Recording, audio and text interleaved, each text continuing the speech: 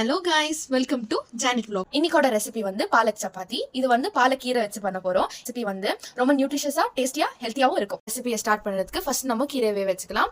அதுக்கு ஒரு பாத்திரம் எடுத்துட்டு தண்ணி ஊற்றி தண்ணி கொதிக்கும் போது கீரையை போட்டு ஒரு 5 minutes பாயில் பண்ணிட்டு ஆஃப் பண்ணிடணும். இப்போ ஒரு மிக்சர் ஜார் எடுத்துக்கலாம். அதில் 2 green chilies போட்டுக்கலாம். ஒரு துண்டு இஞ்சி, 4 பல் பூண்டை போட்டு வேக வச்சிருக்க பாலக்கை ஆறிட்டு பிறகு அதில் சேர்த்துட்டு ஃபைன் பேஸ்ட்டாக அரைச்சி. இப்போ வந்து பாலக் பேஸ்ட் ரெடியாக இருக்குது. நான் வந்து 2 cups ஆஃப் ஆட்டா மாவு எடுத்திருக்கேன். இதில் நீங்கள் 6 சப்பாத்தி சர்வ் பண்ணலாம். இப்போ வந்து நான் அந்த மாவு கூடவே கொஞ்சமாக சீரகத்தூள் சேர்த்துருக்கேன்.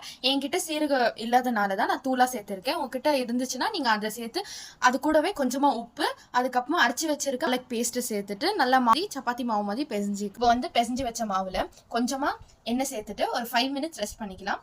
அதுக்கப்புறமா நார்மல் நம்ம சப்பாத்தி எப்படி சுடுவோமோ அதே மாதிரி எடுத்து திரட்டி சுட்டுக்கலாம். இப்போ பாலக் சப்பாத்தி ரெடி. இது கூடவே கொஞ்சமா கர்ட் எடுத்துக்கோங்க. உப்பு, ஜீரக பொடி சேர்த்துட்டு கூட நீங்க மிக்ஸ் பண்ணி சாப்பிடலாம். அதுவும் சூப்பரா இருக்கும். வேற ஏதாச்சும் ரெசிபி வேணும்னா கீழே கமெண்ட் பண்ணுங்க. தேங்க்யூ.